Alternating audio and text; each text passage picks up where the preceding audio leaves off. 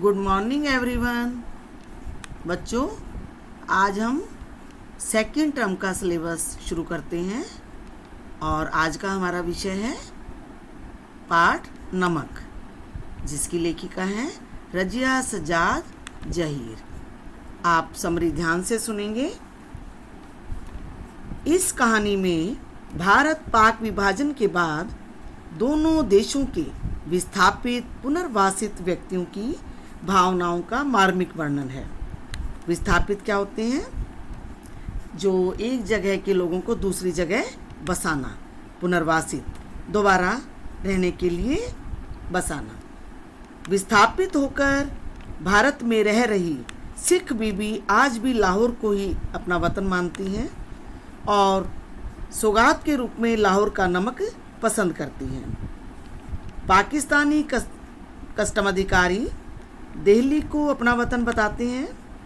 भारतीय कस्टम अधिकारी सुनील दास गुप्त ढाका को अपना वतन बताते हैं।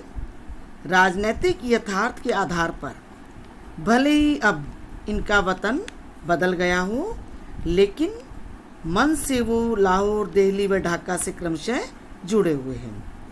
अपने जन्म स्थानों से विस्थापित होकर ये लोग अपने मूल स्थान को भुला नहीं पाए हैं।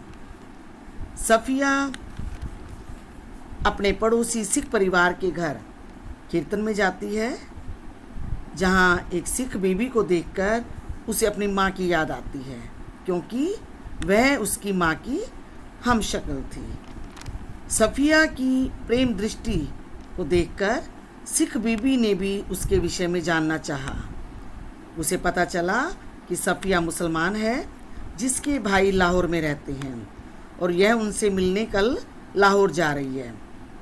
सिख बीबी ने बताया कि उसका वतन भी लाहौर है और वहाँ के व्यक्ति, वहाँ का खाना पीना, पहनावा, सैर सपाटे, जिंदा दिली आज भी उसे याद आती है।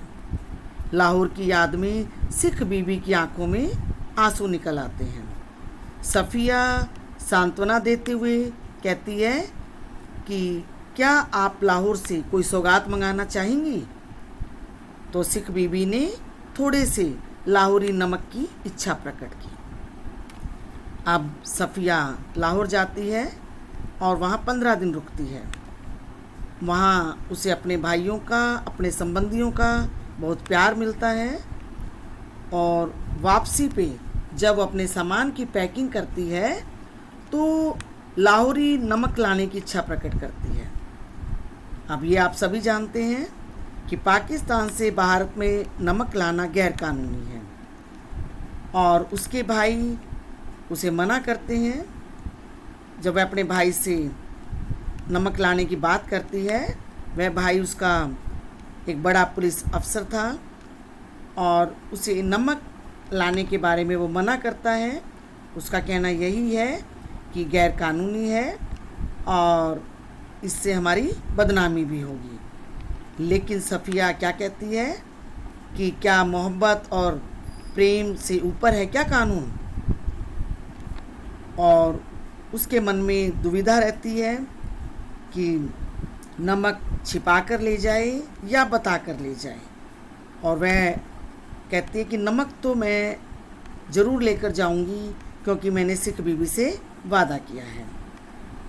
तो कभी सोचती है कि मैं किन्नू की टोकरी में छिपाती है कि मैं छिपा कर ले जाऊं, लेकिन कभी उसके मन में विचार आता है कि नहीं, चोरी से नहीं ले जाऊंगी, बता कर ले जाऊंगी। जब वो पाकिस्तान से यहाँ के लिए रवाना होती है तो वहाँ का कस्टम अधिकारी जब उसके सामान की जांच करता है तो वो पहले ही कस्टम अधिकारी से पूछ लेती है कि आप कहाँ के रहने वाले हैं। वह अपना वतन दिल्ली बताता है तो सफ़िया की हिम्मत और बढ़ जाती है और वह अपने हैंडबैग से पुड़िया निकाल कर मेज़ पर रख देती है और अपनी सारी कहानी सुनाती है। कस्टम अधिकारी स्वयं अपने हाथ से पुड़िया को उसके बैग में रख देता है, यानी उसे अप्रत्यक्ष रूप से नमक लाने की इजाज़त दे देता है, कानूनी रूप से नहीं। और जब सफ़िया चलने लगती है तो कस्टम अधिकारी क्या कहते हैं कि सोचते हैं कि मोहब्बत तो कस्टम से इस तरह गुजर जाती है कि कानून हैरान रह जाता है। और साथ में वो सफ़िया से कहते हैं कि जामा मस्जिद की सीढ़ियों को मेरा सलाम कहिएगा और उन खातून को यह नमक देते वक्त मेरी तरफ से कहिएगा कि लाहौर अभी भी उनका वतन है और दिल्ली मेरा। बाकी सब रफ्ता रफ्ता ठीक हो जाएगा।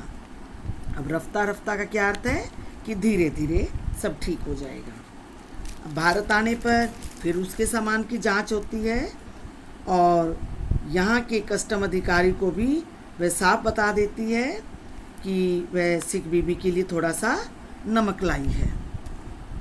सफ़िया कस्टम अधिकारी को अपनी सारी कहानी सुना देती है और वह अधिकारी भी अपने वतन की याद में खो जाता है और अपने वतन को याद करते हुए कहता है कि हमारी ज़मीन हमारे पानी का मज़ा ही कुछ और है। और पुड़िया सफ़िया के बैग में रखकर आगे आगे चलने लगता है। पीछे पीछे सफ़िया चली। जब सफ़िया अमृतसर के पुल पर चढ़ रही थी तब पुल की सबसे निचली सीढ़ी के पास सुनील दास गुप्त जो कस्टम अधिकारी हैं सिर झुकाए चुपचाप खड़े थे। सफ़िया सोच रही थी किसका वतन कहाँ है, वह जो कस्टम के इस तरफ या उस तरफ। बच्चों, इस कहानी को सुनकर हमारे मन में यही भाव जगता है कि भारत पाकिस्तान का विभाजन अस्वाभाविक था। इसके नागरिक एक ही धरती के हैं, एक ही मूल के हैं, अतः उनके बीच की दूरियां समाप्त होनी चाहिए। भारत पाक संबंध तभी ठीक हो सकते हैं जब भारत के लोग पाकिस्तान को अपना देश माने और पाकिस्तान के लोग भारत को। लेकिन आज हम सब क्या देख रहे हैं कि किस तरह से पाकिस्तान जो है नफ़रत की आग में जल रहा है और हम जो है चाहकर भी इन दूरियों को समाप्त करने की कोशिश तो करते हैं लेकिन परिणाम कुछ भी नहीं। बच्चों, यह कहानी मानवीय भाईचारे और प्रेम की प्रतीक है। दोनों देशों के बीच रिश्ते कब मजबूत होंगे जब घृणा कम होगी।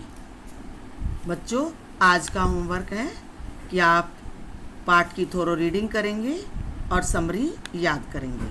क्वेश्चन आंसर अगली वीडियो में। Thank you.